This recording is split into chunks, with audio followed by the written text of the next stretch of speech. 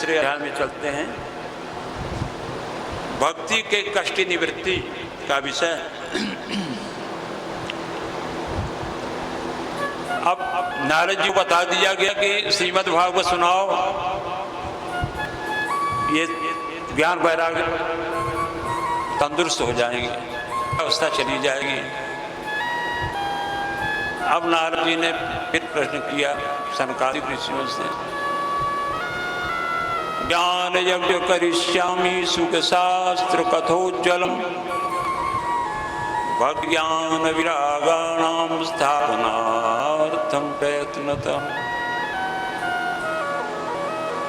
यह ज्ञान है जो हम कहाँ करें। ठीक है, हम श्रीमद् भागवत पुराण सुनाते हैं, लेकिन स्थान बताइए कहाँ करना है।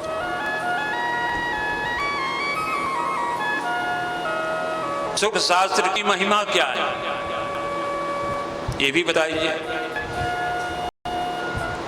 और सुख शास्त्र श्रीमद् भागवत पुराण कितने दिनों में पूरा करना चाहिए, कितने दिनों में सुनाना चाहिए, और कथा सुनने की विधि क्या है।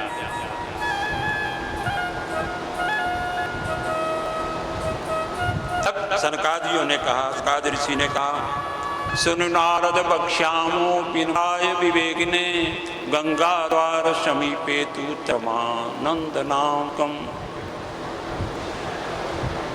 गंगा नदी के किनारे एक आनंद नाम का घाट है हरिद्वार के पास, बहुत बढ़िया स्थान। वहीं कथा की जाए, वहीं सब पहुंच जाएंगे।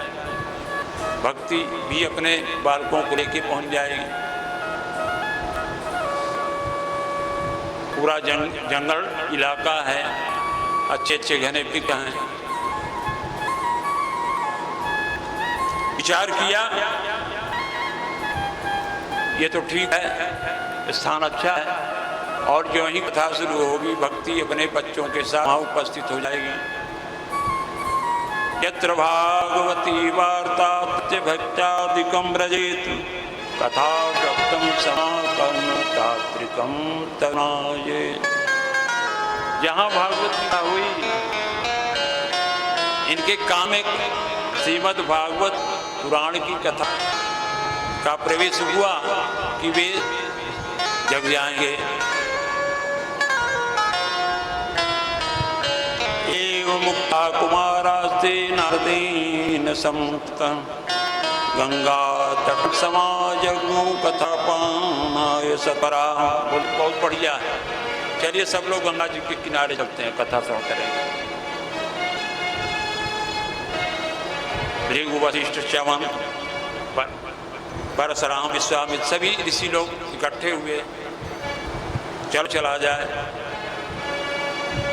देव गंधर्व दानव भी लोग गंगा जी के किनारे। दीप्ता नारदेनाथ दत्तमासनमुत्तम कुमारा वंदिता सर्वे निर्सेदुः कृष्ण तत्परा। नारद जी कथा सुनने के लिए दीक्षित हुए और श्रेष्ठ आसन दिया गया। सनकादि भी बैठे, इसी विरक्त शासी बैठे, उसके आगे नारद जी बैठे। इस प्रकार फूलों की वर्षा होने लगी।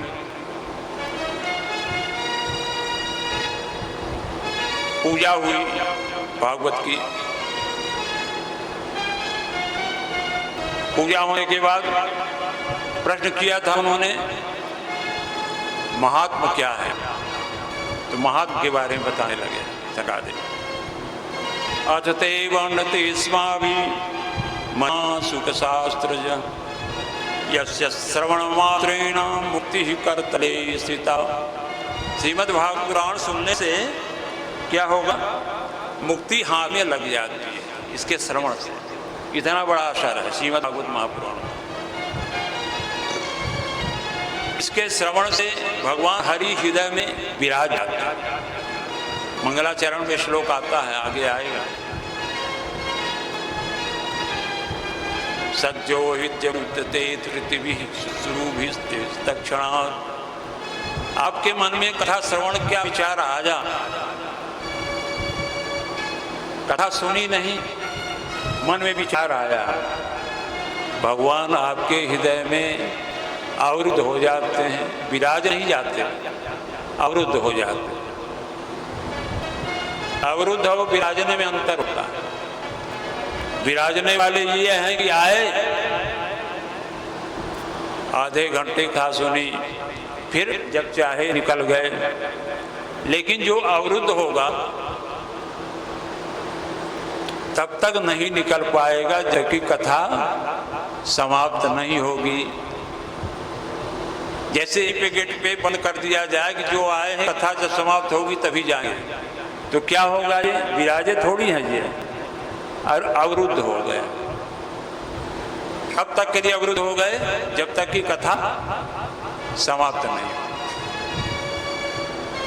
तो इतना बड़ा महत्व है कि कथा सुना नहीं, मन सुनने का विचार आया और भगवान हृदय में आके विराजमान हो गए।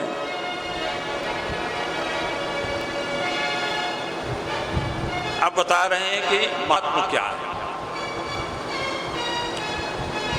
कथा भगवतस्यापि नित्यं भवति यद् गृहे तद्गृहं तिरूपम ही बसतां पापनाशं। जिस घर में भागवत की कथा होती है वह घर जो है तीर्थ रूप बन जाता है, और जो उस घर में पाप होते हैं वो उनका सबका नाश हो जाता है। कथा भगवतस्यापि नित्यं भवति यद् गृहे तद्गृहे तीर्थरूपं हि बसतां पापनाशनं। न गंगा न गया काशी पुष्करम न प्रयागकम सुख शास्त्र कथायास्य फलहीन समतां नयेत्। फल की दृष्टि से ये तीर्थ भी किसी के लायक नहीं है, उसकी इतना श्रीमद् भागवत से नहीं की जा सकती। श्लोकार्धम श्लोकपादम वा नित्यं भागवतोद्भवम् कोटि जन्म समुत्थेन पठस्य सम्मुखे नैव यदिच्छसि परामतिम्। आधा श्लोक या 10-20 श्लोक आप भी यदि घर में आप पाठ करें अपने मुख से अर्थ सहित, तो पठस्य सम्मुखे नैव यदिच्छसि परामतिम्, उद्धार हो जाएगा। यस्य भागवतं शास्त्रं वाचेदर्थतो निशम्। और यदि घर में आपने भागवत की कथा अर्थ सहित श्रवण की या पढ़ते हैं तो उससे क्या फायदा होगा, जन्म कुटितं पापम नच्यते नात्र संशय। अनेक जन्मों के पापों का नाश हो जाता है। श्लोकार्धम श्लोकपादम वा पठेत भागवतम त्यज नित्यं पुण्यमवाप्नोति आजसूयाश्रमेधयो। यदि घर में आप पढ़ें श्लोक, वाचन करें, पूजा वूजा के समय बैठ करके समय थोड़ा भी करें, उसका फल राजसू यज्ञ के बराबर होता है। नित्यं पुण्यमवाप्नोति राजसूयाश्रमेधयो।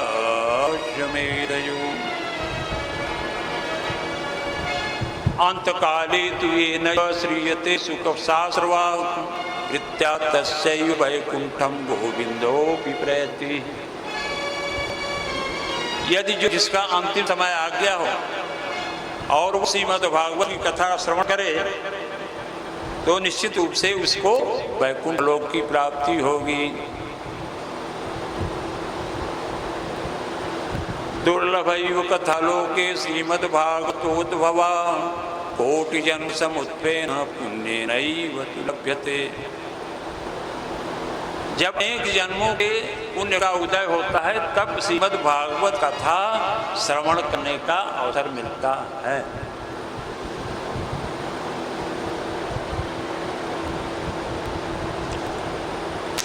ये तो महात्मा हो गया। अब बताए कि 7 दिन में ही कथा क्यों होनी चाहिए। वैसे तो कथा आप कभी भी सुन सकते हैं, उसमें वर्जित नहीं है। 2 दिन भी सुन सकते हैं, लेकिन जहां अपन संकल्प लेके सुनना है 7 दिन में, तो 7 क्यों निर्धारित हुआ? कुछ लोग पहले सोचा करते थे कि परीक्षित को 7 दिन का समय था और सुखदेव जी ने 7 दिन में कथा सुनाई, इसलिए 7 दिन का महत्व है। बोले नहीं, ये सनकादियों ने ये व्यवस्था की है। नारद जी को जो कथा सुना रहे थे उनकी व्यवस्था है 7 दिन की।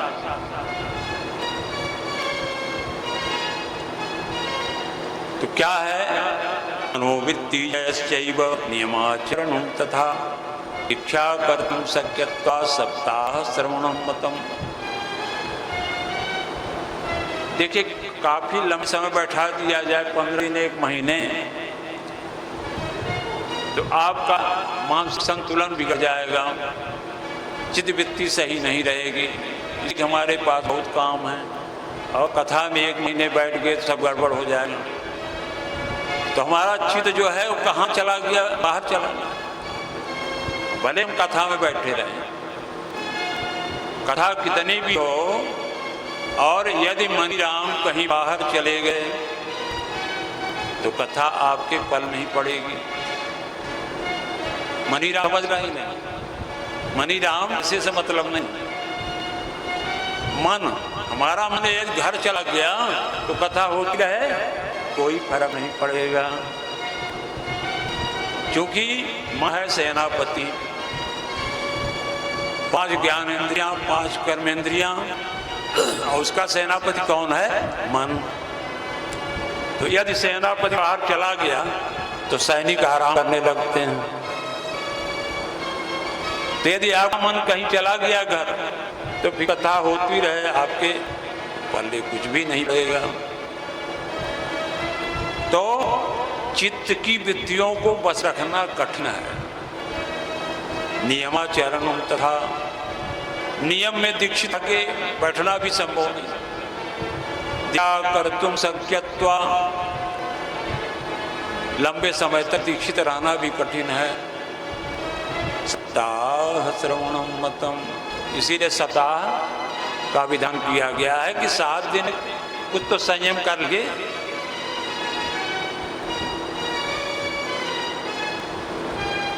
मनस्य याद्रोगात पुंसाम चैवायुषक्षयात् अकलिर्दोष बहुत्वांच सप्ताह श्रवणम मतम। मन के असंयम रोगों की बहुता, याद रोगा तो पुंसाम चैवायुषक्षया, और उम्र की स्थायित्व तो नहीं है, उम्र अल्पता, आयु की अल्पता, और कलिर दो बहुत्वांत, कलियुग में बहुत से दोषों की वजह से सप्ताह श्रवण का विधान दिया गया है। यत् फलं नासि तपसा न योगेन समाधिना अनायासेन सर्वं सप्ताह श्रवणं लभेत्। तप, योग, समाधि कुछ भी कोई जरूरत नहीं, सप्ताह श्रवण करिए, आपको सब फायदा होगा। जब कलयुग में नाम कीर्तन से ही उद्धार हो जाता है, तो श्रीमद् भागवत महापुराण की कथा श्रवण करेंगे तो इसमें तो और फलदायी है।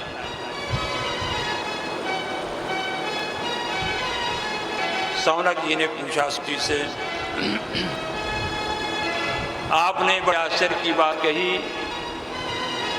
कि ये कलयुग में ये साधन जो है मोक्ष की प्राप्ति में अन्य साधनों से कैसे आगे बढ़ गया,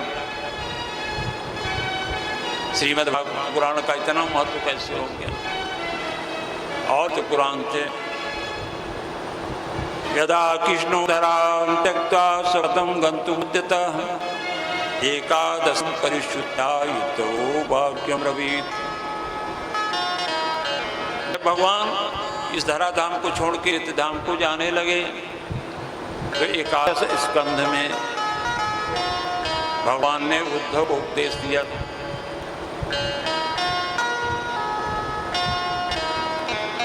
उद्धव जी ने पूछ लिया, तम तू या शिष्य गोविंदम भक्त कार्य विधाय च मच्चिते महति चिंता तमुपायं चिंतयामि। प्रभु आप तो चले जाओगे,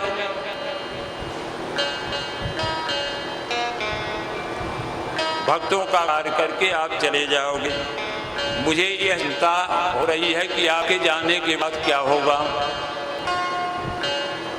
उद्धव जी कहते हैं भगवान से, आप तो चले जाओगे लेकिन आपके जाने के बाद क्या होगा।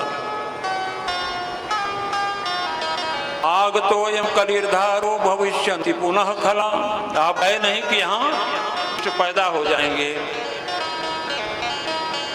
जो सत्कर्म करने वाले भी हैं उनके सत्संग में आ जाएंगे तो भी उग्र प्रकृति के हो जाएंगे। तो फिर यह पृथ्वी किसकी शरण में जाएगी। भगवान के ये बात लगी कि वास्तव में उद्धव सही कह रहे। फिर इति उद्धव वचः श्रुत्वा प्रवासे चिन्तयद्धरि भक्तावलम्बनार्थाय किं विधेयं मयेति च। भगवान ने सोचा कि भक्तों के अवलंबन के लिए मुझे कुछ करना होगा। क्या करेंगे? कहीं सबसे बढ़िया है ये श्रीमद् भगवत महापुराण में है, इसी में हम प्रविष्ट हो जाते हैं। तो सब लोग इसी सदमयी मूर्ति को लेकर के हमारी पूजा करेंगे, पाठ भी हुआ करेगा। स्वकीयं यद भवे तेजसस्य भागवते दधात तिरोधाय प्रविष्टोऽयं श्रीमद्भागवतार्णवम्। भगवान सीधे इस श्रीमद् भागवत महापुराण में प्रविष्ट हो गए। कृष्ण भगवान तेनेयं पांगमयी मूर्ति प्रत्यक्षा वर्तते हरे सेवनात् शमनात् पाठात् दर्शनात् पापनाशिनी। ये भगवान की सबमयी पीठा मूर्ति है जो हम लोग रखते हैं महापुराण को। ये भगवान की सदमयी विग्रह मूर्ति है, भगवान ही है बैठे, क्योंकि वो श्रीमद् भागवत महापुराण में प्रविष्ट हो गए। सूत जी कहते हैं, जिस प्रकार सनकाद मुनि सप्ताह श्रवण की महिमा सुना रहे थे, एक बड़ी आश्चर्य न घटी। क्या घटी? हे भक्ति सुतौ तो तरुणो गृहीत्वा प्रेमैक रूपा सदा विरासी। श्री कृष्ण गोविंद हरे मुरारे नाथेति नामानि मुहुर्वदन्ति। जब ये सब चर्चा हो रही थी तो भक्ति रानी हे कृष्ण गोविंद हरे मुरारे नाथेति नामानि मुहुर्वदन्ति अपने बच्चों को लेके पहुंच गई। जो सब लोग बैठे थे उन्होंने पूछा, ये कहाँ से आ गई, कौन आ गई? सनकाद ने कहा, ये भक्ति रानी है, अभी श्रीमद् भागवत कथा के अर्थ से निकली हैं ये। बोले अच्छा। तब तक भक्ति ने पूछ दिया सनकादिक जी से, आपने कथामृत से सिंचित करके हमें पुनः तंदुरुस्त बना दिया, लेकिन आप बताइए कि मैं रहूं कहां? अभी तो जीर्ण शीर्ण हालत थी तो ठीक था, आपने श्रीमद् भागवत सुना है, अब शरीर में तंदुरुस्ती आ गई, अब बताओ कहां रहे? सनकादिक कहते हैं, भक्तेषु गोविंद स्वरूप करतिम प्रेमैक धरती भवरोग हंत्री। तुम प्रेम का संपादन करने वाली हो और गोविंद के स्वरूप को पान करने वाली हो। सात्वं च तिष्ठस्य धैर्य संशया निरंतरम वैष्णव मानसानि। बिल्कुल निश्चिंत होकर के और वैष्णव के हृदय विराज जाओ, क्योंकि जो वैष्णव होंगे वही भक्ति देंगे, वही जाओ, तुम्हारा मान सम्मान बढ़ेगा, और जो करेगा नहीं वो उसको क्या होगा?